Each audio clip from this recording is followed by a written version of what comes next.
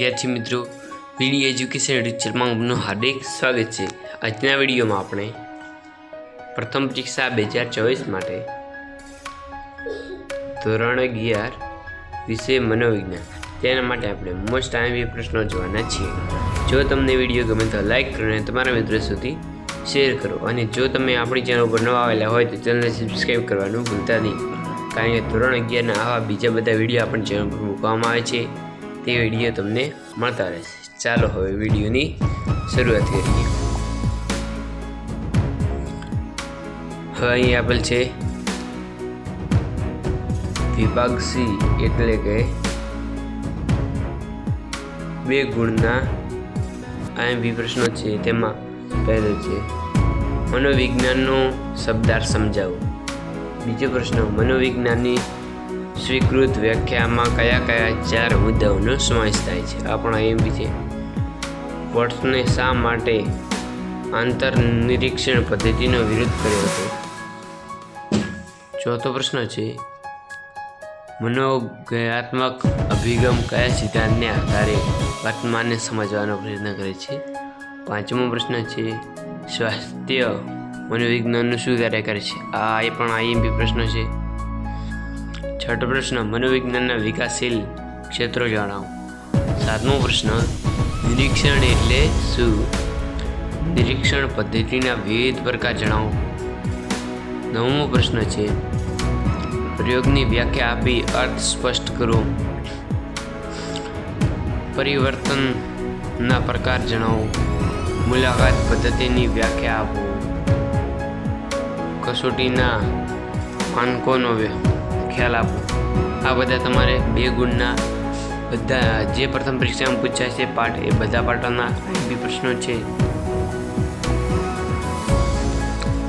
તેના પછી 13મો પ્રશ્ન વારસો એટલે શું? પ્રગટ થતા અથવા તો અપ્રગટ વારસો કોને કહેવાય? 15મો પ્રશ્ન વિકાસની સમજૂતીના સિદ્ધાંત જણાવો। એ આઈએમપી પ્રશ્ન છે। પિયાજેના મતે બોધાત્મક વિકાસ તબક્કાના નામ લખો। પૂર્વ ક્રિયાત્મક તબક્કાની સમજૂતી આપતું જીન પિતાયોજનનું ઉદાહરણ આપો। 18મો પ્રશ્ન ફ્રોઈડના મનોજાતીય વિકાસના સિદ્ધાંતની હસ્તાક્ષર નામ લખો। 19મો પ્રશ્ન આમ મોસ્ટ આઈએમપી પ્રશ્ન છે મગજ ગ્રંથનું કાર્ય જણાવો।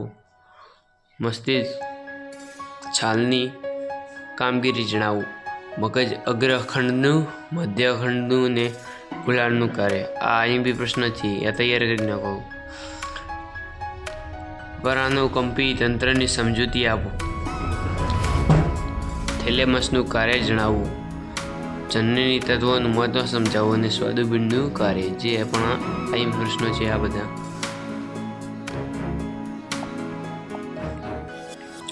હવે વિભાગ ડી આપેલ છે એટલે કે 3 ગુણના પ્રશ્નો। તેમાં સૌપ્રથમ પહેલો પ્રશ્ન છે મનોવૈજ્ઞાનિક પ્રાકૃતિક વિજ્ઞાન છે સમજાવો। આ આઈએમપી પ્રશ્ન છે, મોસ્ટ આઈએમપી પ્રશ્ન। તેના પછી છે મનોવિજ્ઞાનના ધ્યેયો। ત્રીજો પ્રશ્ન વાર્તનિક અભિગમ, મનોજ્ઞાનાત્મક અભિગમ, જૈવિક અભિગમ, આ બધા અભિગમોના પ્રશ્નો પણ આઈએમપી છે। આ બધા અભિગમોમાંથી કોઈ પણ અભિગમનો પ્રશ્ન તમારી પરીક્ષામાં આવી શકે છે। સહભાગી નિરીક્ષણ અથવા તુલના નિરીક્ષણ, દીર્ઘકાલીન પદ્ધતિ અથવા સમકાલીન પદ્ધતિ,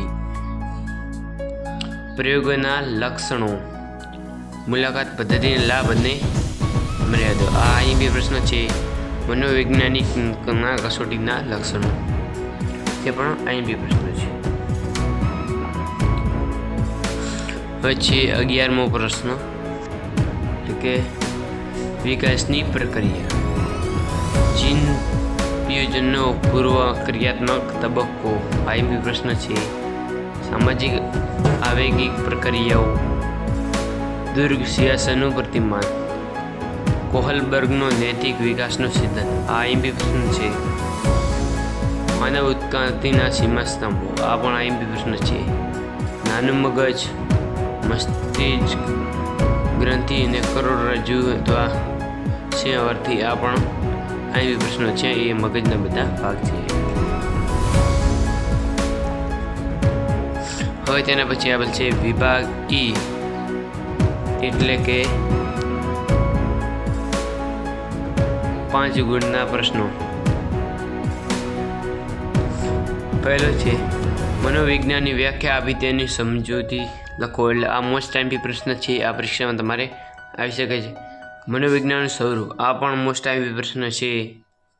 આધુનિક મનોવિજ્ઞાનનો ઉદ્ભવ અને આ પણ મોસ્ટ આઈએમપી પ્રશ્ન છે. મનોવિજ્ઞાનના વિકસિત અભ્યાસ ક્ષેત્રો જણાવી કોઈ પણ બે નહીં. આ આઈએમપી પ્રશ્ન છે. વ્યવસ્થિત નિરીક્ષણ પદ્ધતિનો તેના લાભ અને મર્યાદાઓ આ પણ આઈએમપી પ્રશ્ન છે. ક્ષેત્ર નિરીક્ષણ એટલે શું અને મનોવિજ્ઞાન તેનું મહત્વ સ્પષ્ટ કરો. આ આઈએમપી પ્રશ્ન છે. પ્રયોગ પદ્ધતિ ટૂંકમાં સમજાવો. આ વિભાગી એટલે 5 ગુણના બધા પ્રશ્નો આઈએમપી જ છે.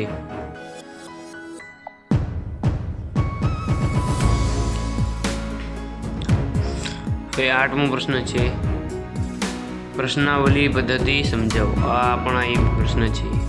ઉત્ક્રાંતિવાદી અભિગમની સમજૂતી આપો. જનનીત્વ અને વર્તનની સમજૂતી આપો. કેન્દ્રીય ચેતાતંત્રની કાર્યવાહી આ આઈએમપી પ્રશ્ન છે. સ્વયં સંચાલિત ચેતાતંત્રની સમજૂતી. અંતસ્ત્રાવ ગંત્રીઓ જણાવી કોઈ પણ બે ગંત્રી આ પણ આઈએમપી પ્રશ્ન છે.